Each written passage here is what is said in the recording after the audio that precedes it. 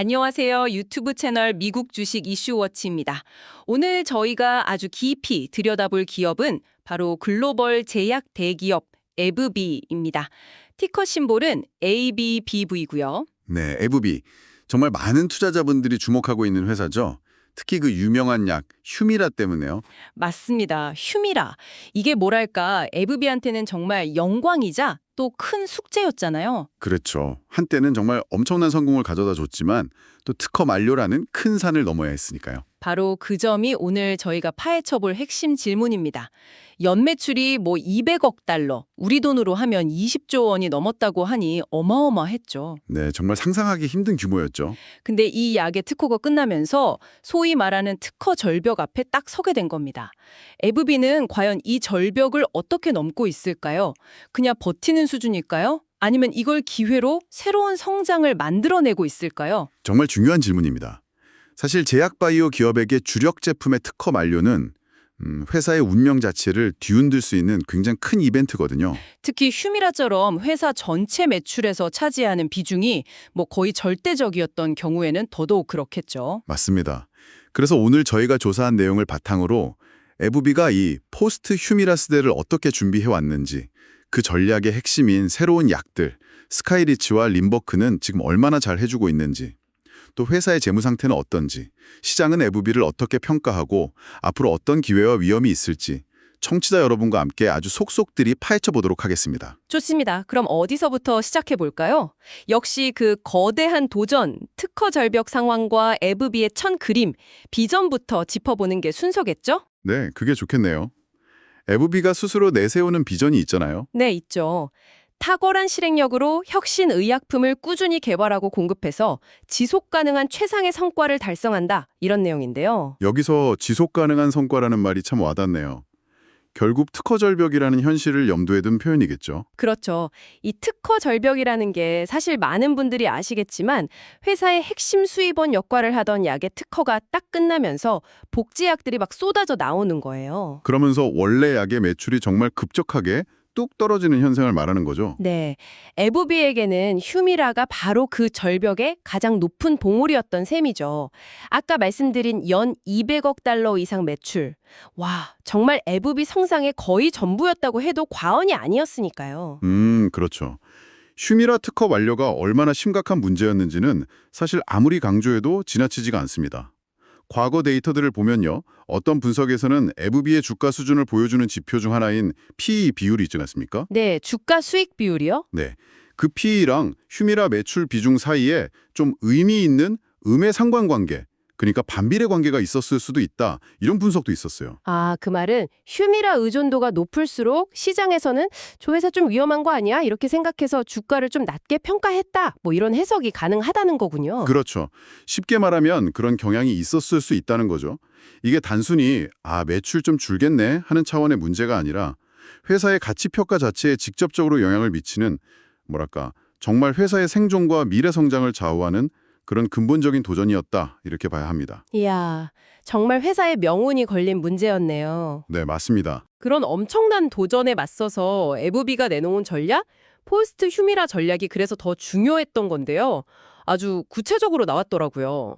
네, 핵심은 크게 두 갈래였죠. 첫 번째는 휴미라가 활약했던 그 자가 면역 질환 분야에서 차세대 주자들 스카이리치하고 림버크 이 두 약을 확실하게 성공시키는 것. 그리고 두 번째는 동시에 다른 영역으로도 손을 뻗는 거죠.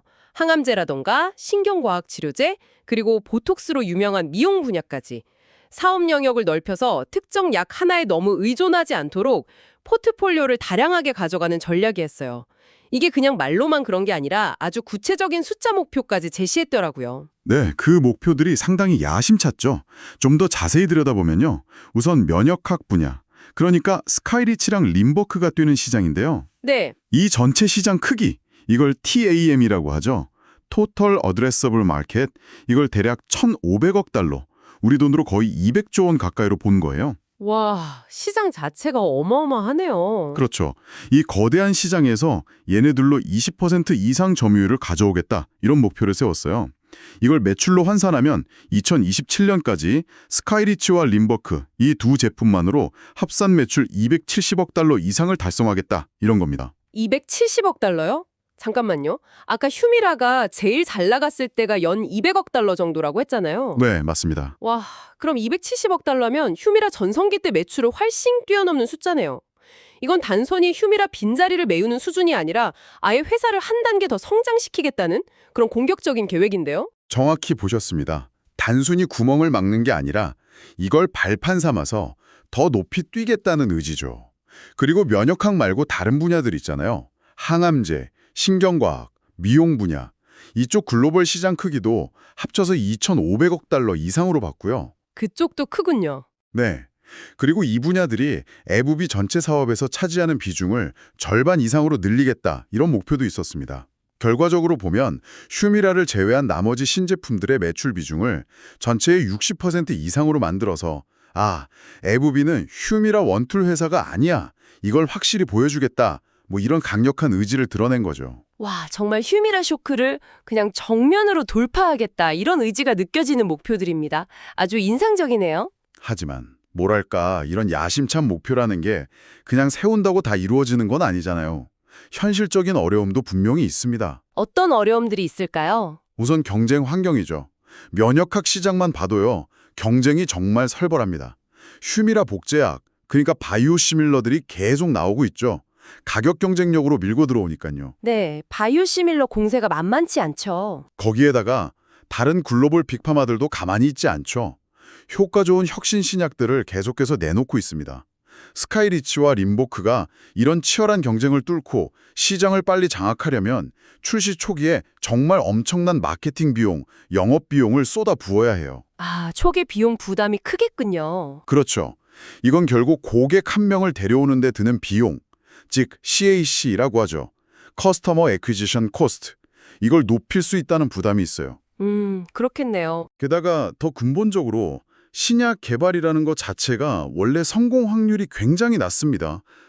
임상 1상에 들어간 후보 물질 중에서 최종적으로 시장에 나와서 상업화까지 성공할 확률이 10%도 안 된다. 이런 분석도 있을 정도니까요. 10% 미만이라 정말 어려운 길이네요. 네, 만약 기대를 모았던 후보 물질이 임상에서 실패라도 하면 그 재정적인 타격도 무시할 수 없고요. 그렇다면 애브비의 실제 성적표는 어땠을까요?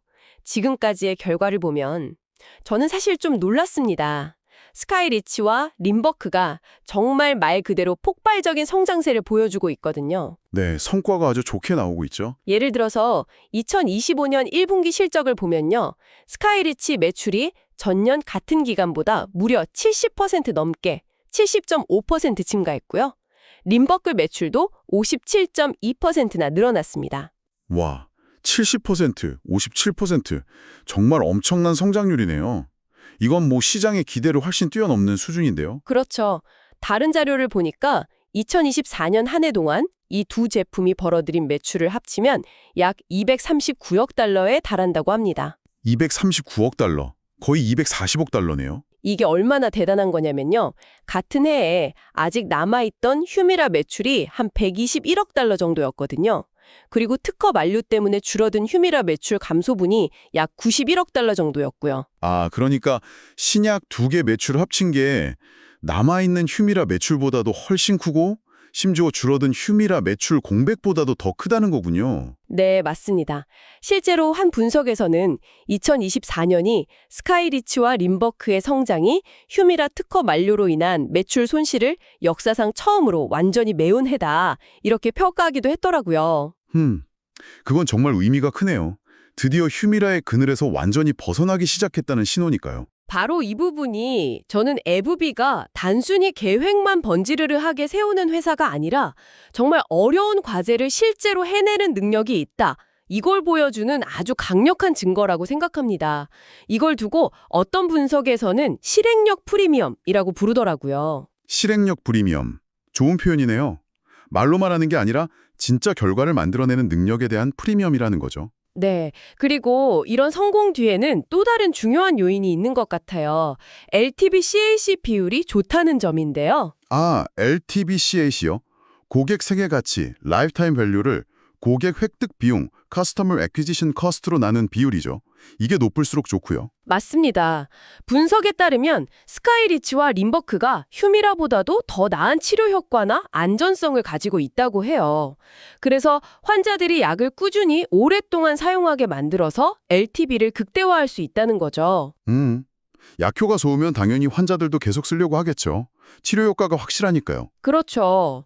게다가 에브비는 이미 휴미라를 통해서 자가면역 질환 분야에서는 정말 오랫동안 영업을 해왔잖아요. 의사들이나 병원과의 관계, 즉 네트워크가 아주 탄탄하게 구축되어 있다는 거죠. 네. 그건 정말 큰 자산이죠. 이미 깔려있는 인프라를 활용할 수 있으니까요. 그러니까 새로 시장에 진입하는 경쟁사들보다 훨씬 적은 비용으로 환자들을 확보할 수 있는 거예요. 이게 바로 CAC를 낮추는 효과로 이어지는 거죠. LTV는 높이고 CAC는 낮추고 이상적인 그림이네요. 네. 그래서 결과적으로 보면 비싼 혁신 신약 가격과 환자들의 높은 치료 유지율 덕분에 상대적으로 값싼 복제약, 즉 바이오시밀러와 비교했을 때 LTVC 비율을 최소 2배 이상 높게 유지할 수 있다. 이런 분석이 나오는 겁니다. 2배 이상이요? 꽤 차이가 크네요. 네. 실제로 휴미라 바이오시밀러가 미국 시장에 나온 지 1년이 넘었는데도 시장 점유율이 고작 2%대에 머물렀다는 자료도 있더라고요. 이건 에브비의 신약 마케팅 전략이랑 기존 시장 방어 전략이 상당히 효과적으로 작동하고 있다. 이걸 보여주는 하나의 증거가 아닐까 싶습니다. 물론 그렇게 긍정적인 성과가 두드러지는 건 사실입니다. 하지만 좀 더 균형 잡힌 시각으로 볼 필요도 분명히 있어요. 스카이리치, 림버크가 잘 나가는 건 맞는데 동시에 휴미라 매출 감소 속도 역시 여전히 매우 빠르다는 점을 간과해서는 안 됩니다. 그렇죠. 동전의 양면처럼 봐야겠군요. 네. 아까 언급하셨던 2025년 1분기 데이터만 봐도 휴미라 매출이 전년 같은 기간 대비 마이너스 50.6%예요. 반토막이 난 거죠. 마이너스 50%면 정말 엄청난 감소폭이네요. 그 이전인 2024년 2분기 실적에서도 휴미라 매출은 약 30%나 급감했었습니다. 바이오시밀러들의 공세는 앞으로도 계속 거세질 겁니다. 이건 피할 수 없는 현실이에요. 수익 구조 자체도 굉장히 빠르게 바뀌고 있겠네요. 예전에는 휴미라 하나가 거의 다 책임졌다면 이제는 여러 제품들이 나눠서 받쳐주는 구조로 가는 건데 맞습니다. 한 추정치를 보면 2024년 기준으로 에브비 전체 매출에서 휴미라가 차지하는 비중은 이제 15에서 20% 수준까지 내려왔어요. 와, 정말 많이 줄었네요. 예전 절반 이상이었을 텐데요. 그렇죠. 대신 스카이리치와 림버크를 포함한 면역학 신약들의 비중이 35에서 40%까지 크게 늘어났고요. 그 외에 보톡스 등을 포함한 미용 신경과학 분야나 항암제 분야도 각각 20% 안팎을 차지하면서 포트포리오가 확실히 예전보다 다양해진 건 맞습니다. 다각화는 성공적으로 진행되고 있다고 볼 수 있겠네요. 네, 그 점은 긍정적입니다. 하지만 이렇게 회사의 주력 제품군이 급격하게 바뀌는 과정 자체가 항상 순탄하게만 흘러가지는 않을 수 있다는 점도 염두에 둬야 합니다. 예상치 못한 변수가 생길 수도 있고요. 그리고 또 어떤 리스크를 봐야 할까요? 역시 신약 개발 자체가 가진 본질적인 위험이죠. 아까 말씀드렸듯이 R&D 성공 확률은 원래 낮아요. 지금도 에브비는 여러 신약 후보 물질들의 임상시험을 진행하고 있을 텐데요. 네, 파이프라인이라고 하죠. 만약 현재 임상 3상, 그러니까 마지막 단계 시험을 진행 중인 면역학 분야의 신약 후보 물질 중 하나라도 실패하게 된다면 기대했던 수십억 달러의 미래 매출, 예를 들어 최대 50억 달러 정도가 그냥 사라지는 겁니다. 50억 달러면 이것도 엄청난 금액인데요? 이게 단순히 매출만 줄어드는 게 아니라 연간 순이익을 약 40억 달러 정도 감소시킬 수도 있다는 추산도 있어요. 40억 달러 순이익 감소. 회사 전체 이익에서 차지하는 비중이 꽤 크겠네요. 네, 2025년 예상되는 에브비 전체 순이익의 대략 한 10% 내외 정도 될 수 있습니다. 물론 스카이리치랑 림버크가 워낙 잘해주고 있으니까 그 충격을 어느 정도 흡수할 수는 있겠죠. 그리고 과거에 엘러간을 인수하면서 사업 영역을 넓혀놓은 것도 이런 위험을 좀 분산시켜주는 효과가 있겠고요. 포트폴리오 다각화가 이런 면에서는 도움이 되죠. 하지만 그렇다고 해서 신약 개발 실패 가능성 자체가 아예 없어지는 건 아니라는 겁니다. 이 리스크는 제약회사가 늘 안고 가야 하는 숙명 같은 거죠. 네, 그런 위험 요인들을 인지하는 건 분명 중요합니다. 투자 결정을 내릴 때 꼭 고려해야 할 부분이고요. 하지만 그럼에도 불구하고 지금까지 에브비가 보여준 이 성공적인 전환이 재무적으로 어떤 의미를 갖는지 이걸 좀 숫자로 따져보면 상당히 인상적이긴 합니다. 예를 들어서 매출 공백 방어 효과라는 개념으로 설명해 볼 수 있을 것 같아요. 매출 공백 방어 효과요? 네, 2024년에 휴미라 매출이 특허 만료 때문에 약 91억 달러나 줄었다고 아까 말씀드렸잖아요. 네, 그랬죠. 91억 달러. 정말 만약에 스카이리치와 림버크의 성장이 전혀 없었다고 가정해 보세요. 그럼 에브비의 이익은 정말 심각하게 쪼그라들거나 어쩌면 적자로 돌아섰을 수도 있습니다. 그럴 가능성도 충분히 있겠네요. 91억 달러 매출 감소면. 그렇죠. 즉, 이 새로운 신약들이 최소 91억 달러의 매출 감소 위험을 딱 막아내면서 회사의 재무적 안정성을 지키는데 정말 결정적인 역할을 했다. 이렇게 평가할 수 있는 거죠. 그 방어 효과는 확실히 인정해야겠네요. 정말 대단한 성과입니다. 여기서 더 나아가서 그럼 미래에는 이익을 얼마나 더 만들어낼 수 있을까? 이것도 기대되는 부분인데요.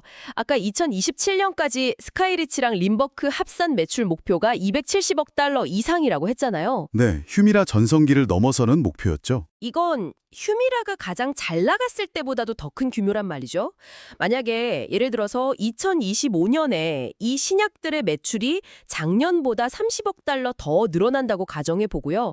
에브비의 평균적인 순이익률이 대략 한 20% 정도 된다고 치면 30억 달러 매출 증가에 수익률 20%? 네, 이것만으로도 추가적으로 약 6억 달러의 순이익을 더 기대해 볼 수 있다. 이런 계산도 가능합니다.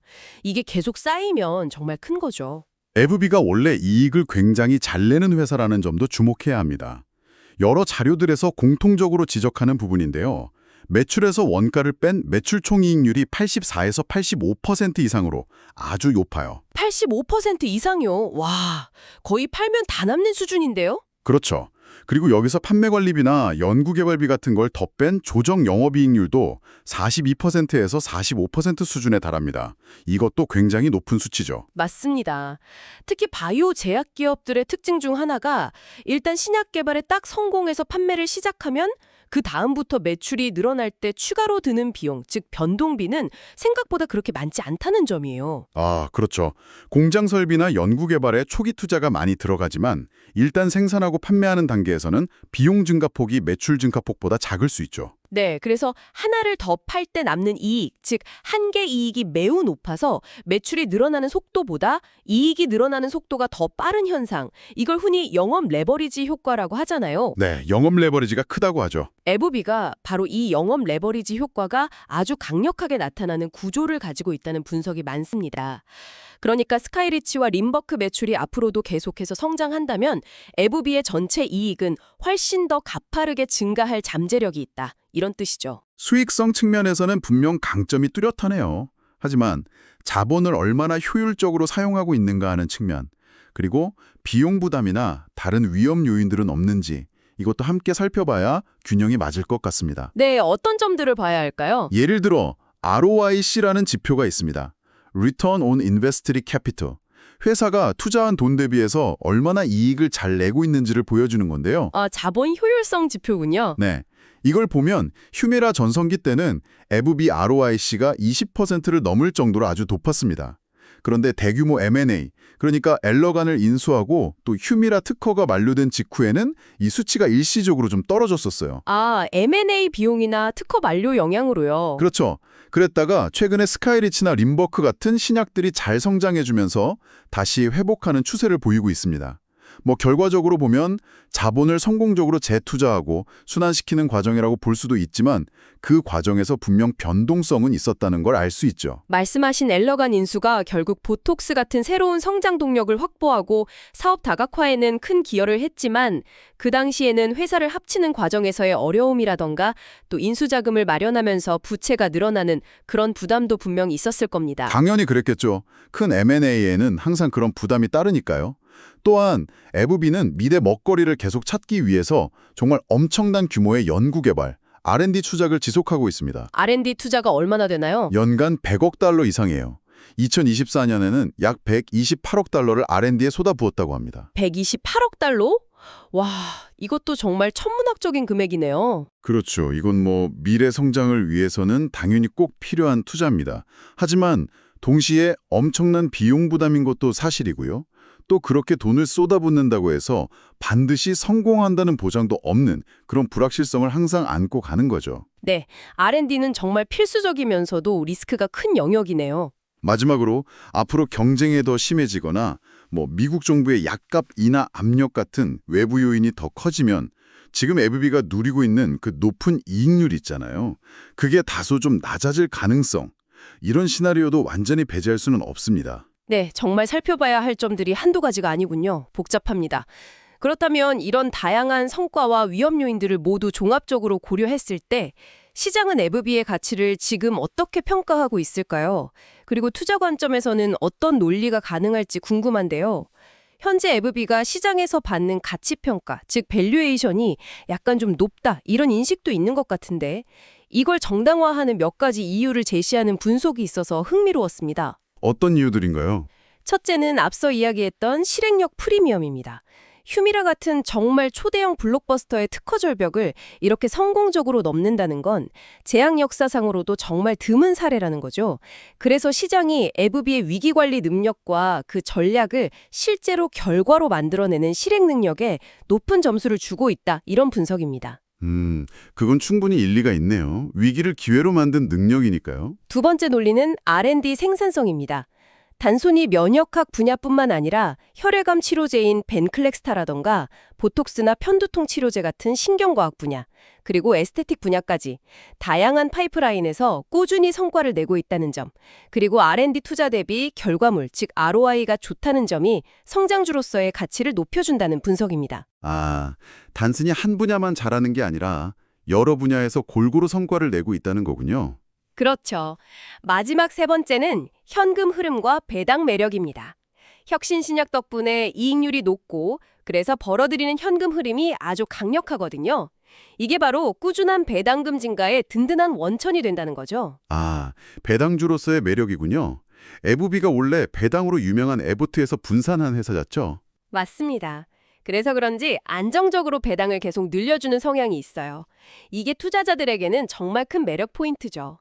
즉, 미래 성장 가능성이라는 성장주의 매력과 안정적인 배당이라는 가치주 또는 배당주의 매력을 동시에 가지고 있는 하이브리드형 가치 평가가 가능하다. 이런 설명입니다. 성장과 배당을 동시에 잡는다. 매력적인 조합이긴 하네요. 그래서 현재 에브비의 주가 수익률, PE가 대략 15배에서 16배 수준으로 평가받고 있다고 하는데요. 이는 이미 휴미라 절벽을 잘 극복하고 있다는 시장의 기대감이 어느 정도는 반영된 수치라고 볼 수 있습니다.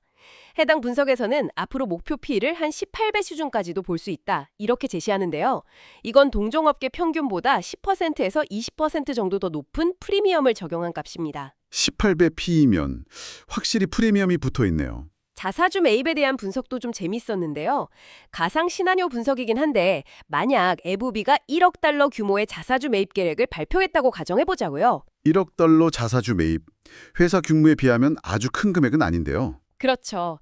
그 자체만으로는 주당 순이익, EPS에 미치는 영향이 0.026% 정도로 아주 미미하다고 합니다. 그런데 그 발표가 시장에 던지는 시그널은 매우 강력하다는 거죠. 신호 효과요? 네, 회사 경영진이 우리 회사 앞으로 현금 계속 잘 벌 거고 지금 우리 회사 주가는 싸다고 생각해. 이런 자신감을 아주 강력하게 보여주는 행동으로 해석될 수 있다는 겁니다. 하긴 그렇죠. 회사가 자기 주식을 산다는 건 그만큼 미래에 대한 자신감이 있다는 뜻이니까요. 특히 에브비처럼 원래 배당을 꾸준히 늘리는 데 주력해온 회사가 자사주 매입까지 함께한다는 건 그 신호의 강도를 더욱 높이는 효과가 있다고 해요. 어떤 가상 분석에서는 만약 주가가 19% 상승했다면 그 상승분 중에서 실적 서프라이즈의 기여도가 한 9%포인트 정도로 가장 크고 그 다음으로 이 자사주 매입 발표가 주는 신호 효과의 기여도가 7%포인트나 됐을 것이다. 이렇게 추정할 정도였습니다. 와, 실적 다음으로 자사주 매입 발표 효과가 컸다는 거네요. 네, 배당 주력 기업의 자사주 매입이라서 더 강력한 신호로 받아들여진다는 거죠. 반면에 좀 더 신중하게 봐야 한다는 관점에서의 평가도 당연히 중요합니다. 아까 잠깐 언급했던 과거 휴미라 매출 비중과 PE의 관계 분석, 그 가정을 다시 한번 보면요. 네, 휴미라 비중이 높을수록 PE가 낮았을 거라는 가정이 있었죠. 네.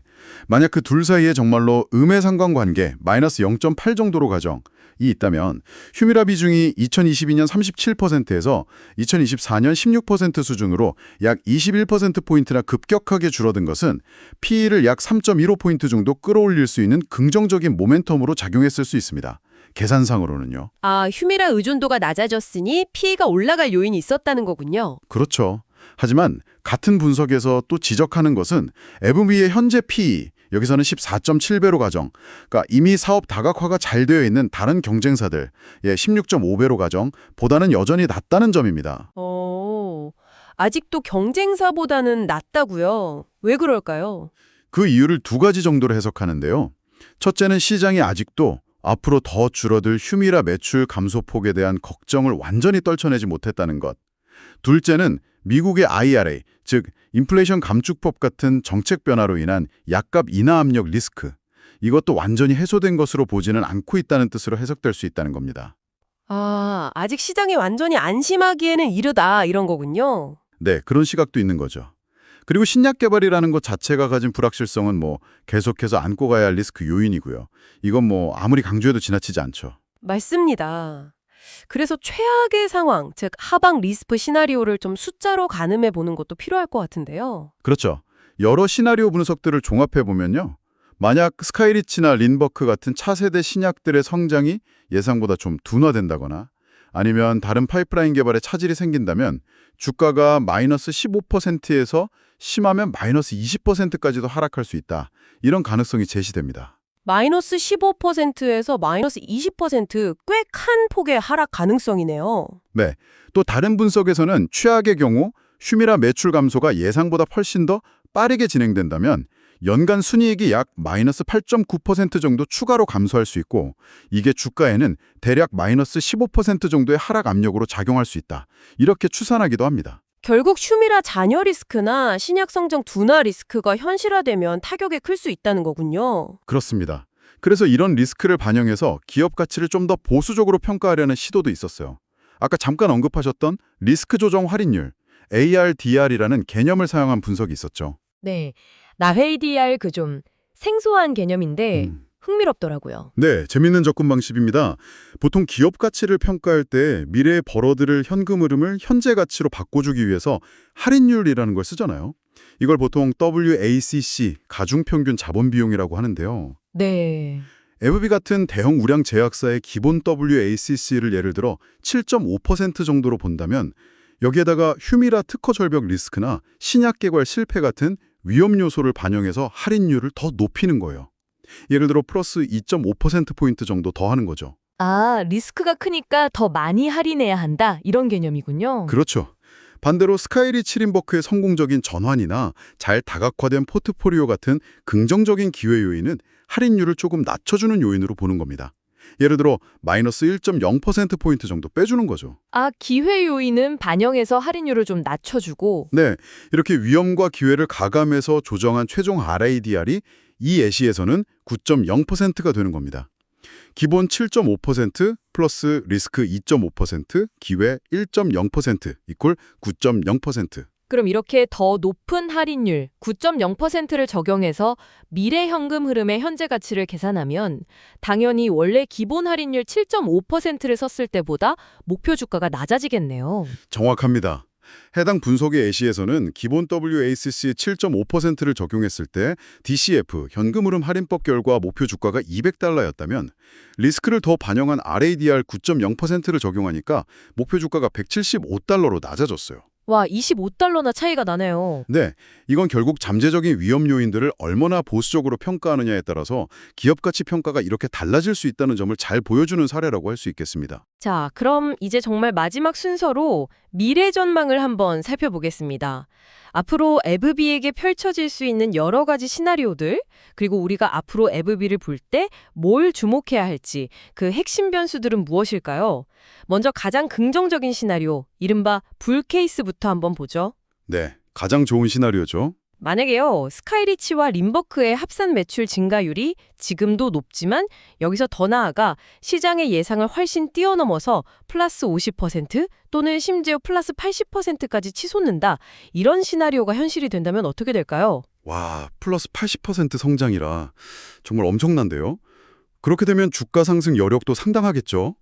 어떤 분석에서는 주가가 플러스 20%에서 최대 플러스 35%까지도 추가로 상승할 수 있다, 이런 전망을 내놓기도 합니다. 플러스 35%면 지금 주가 수준에서도 꽤 높은 상승률인데요. 그렇죠.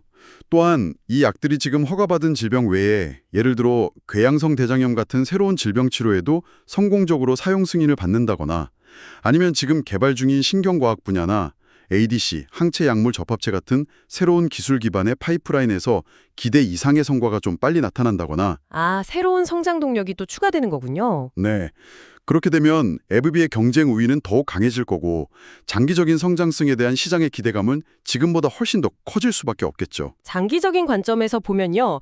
회사의 연평균 성장률 CAGR 자체가 기존의 시장이 예상하던 수준, 예를 들어 연 3% 성장보다 훨씬 높은 수준, 예를 들어 연 7% 성장하는 기회 시나리오로 개선될 수 있다면 이런 분석도 있었는데요. 연평균 7% 성장. 제약회사로서는 상당히 높은 성장률이죠. 네, 이렇게 되면 이건 단순히 실적이 좀 좋아지는 것을 넘어서서 에브비라는 회사 자체에 대한 시장의 평가, 즉 밸류에이션이 근본적으로 재평가, 소위 말하는 리레이팅이 일어나면서 주가가 플러스 55%까지도 상승할 잠재력이 있다, 이렇게 보는 시각도 있었습니다. 와, 55%요? 정말 꿈의 시나리오네요? 그렇죠.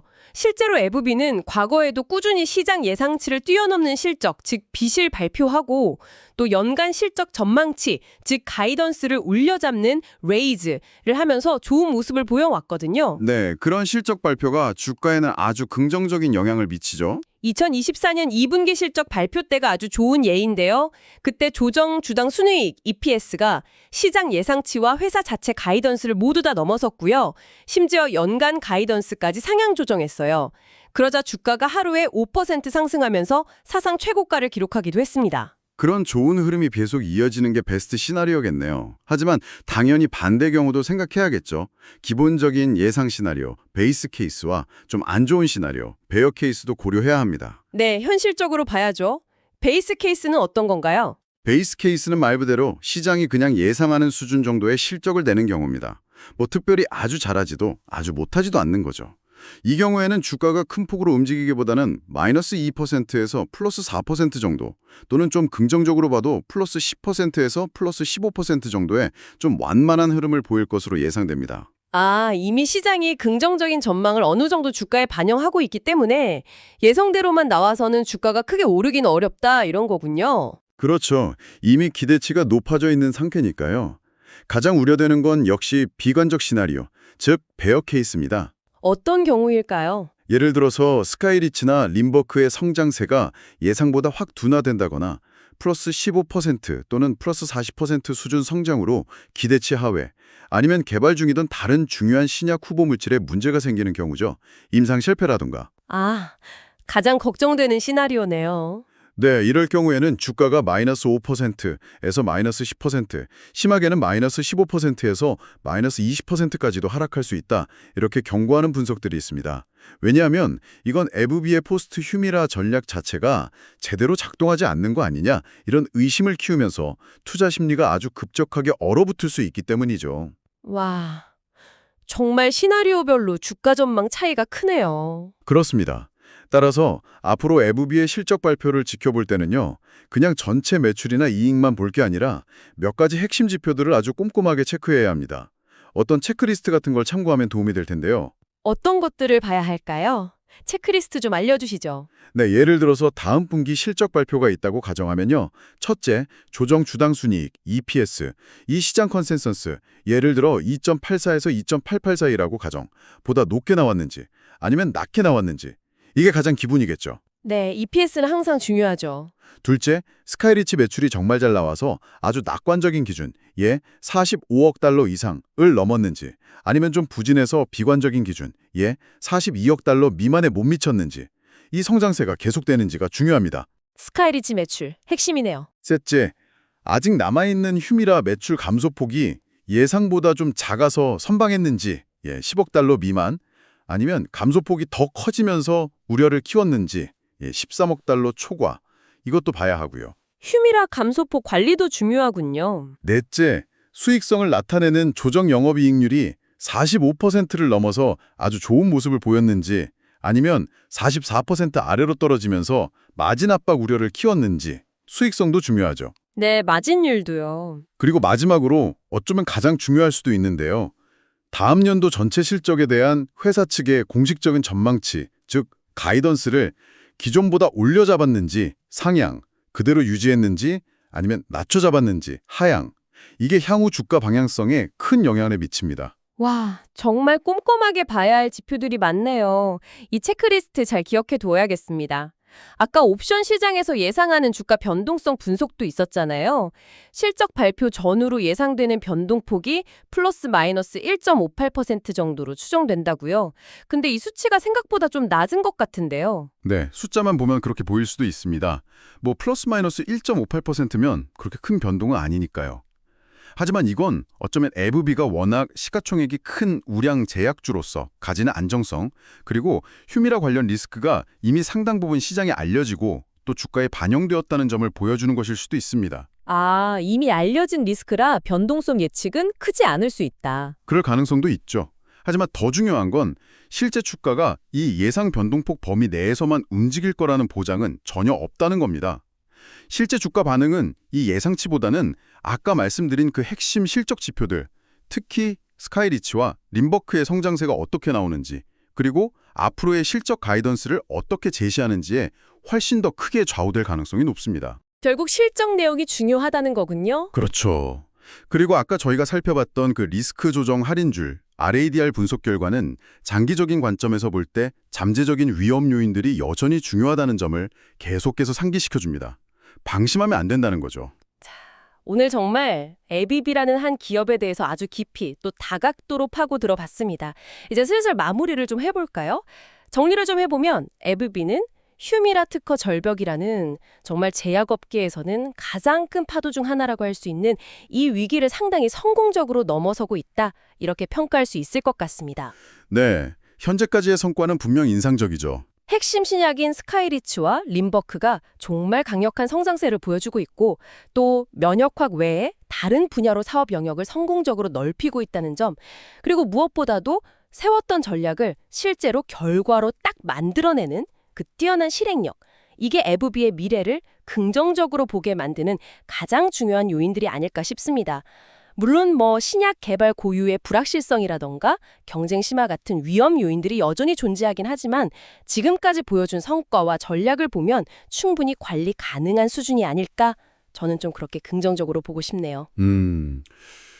물론 긍정적인 면이 많은 것은 사실입니다. 하지만 제 입장에서 좀 더 신중하게 덧붙이자면 여전히 앞으로 넘어야 할 과제들도 분명히 남아있다는 점을 강조하고 싶습니다. 스카이리치와 림버크라는 이 새로운 성장 엔진이 과연 앞으로도 계속해서 지금과 같은 이런 높은 성장세를 유지할 수 있을지, 이게 첫 번째 관문이고요. 네, 지속 가능성이 중요하죠. 그리고 이들을 이어서 또 회사의 다음 성장을 책임질 또 다른 블록버스터 신약 후보 물질들이 과연 성공적으로 개발되고 또 규제 당국의 승인까지 받을 수 있을지, 이게 장기적인 성패를 가를 정말 핵심적인 변수가 될 겁니다. 그렇죠. 파이프라인의 연속성이 중요하죠. 또한 휴미라 바이오시뮬러와의 경쟁은 앞으로도 계속될 것이고 또 각국 정부의 약값이나 정책 같은 외부적인 압력도 절대 무시할 수 없는 변수입니다. 즉 에브비의 포스트 휴미라 시대로의 전환은 현재까지 매우 성공적으로 진행되고 있는 것처럼 보이지만 아직 완전히 끝난 이야기는 아니라는 겁니다. 네, 아직 안심하기는 이르다는 말씀이시군요. 그렇습니다. 따라서 앞서 우리가 계속 이야기했던 핵심 성장 지표들, 그리고 회사가 제시하는 미래 가이던스, 또 잠재적인 위험 요인들을 계속해서 아주 주의 깊게 지켜보면서 신중하게 접근할 필요가 있겠다. 이렇게 마무리하고 싶네요. 네, 오늘 에브비에 대한 심층 분석 정말 흥미로운 이야기들이 많았습니다. 긍정적인 측면과 또 신중해야 할 측면 모두 깊이 있게 다뤄본 것 같네요. 저희가 오늘 전해드린 정보가 청취자 여러분께서 에브비라는 기업을 이해하시는데 조금이나마 도움이 되었기를 바랍니다. 마지막으로 투자 관련 유의사항을 안내해드립니다. 본 분석 내용은 특정 종목에 대한 투자 추천이 결코 아니며 오직 정보 제공을 목적으로 합니다. 모든 투자의 최종적인 판단과 결정, 그리고 그에 따른 책임은 청취자 본인에게 있음을 명확히 말씀드립니다. 또한 본 컨텐츠는 AI가 생성한 정보를 일부 포함하고 있을 수 있습니다. 따라서 제시된 데이터나 분석 내용에 혹시라도 사실과 다른 부분이나 오류가 있을 수 있다는 점을 유의해 주시기 바랍니다. 지금까지 유튜브 채널 미국 주식 이슈워치였습니다. 들어주셔서 감사합니다. 감사합니다.